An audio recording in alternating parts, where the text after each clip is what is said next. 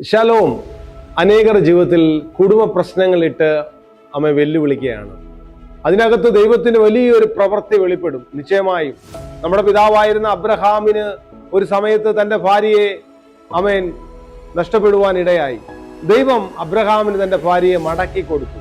അതേപോലെ തന്നെ ഇസഹാക്കിന് ഒരു സമയത്ത് തന്റെ ഭാര്യയെ നഷ്ടപ്പെടുവാനിടയായി. ദൈവം ഇസഹാക്കിനും ആമേൻ മടക്കി കൊടുക്കുവാനിടയായി.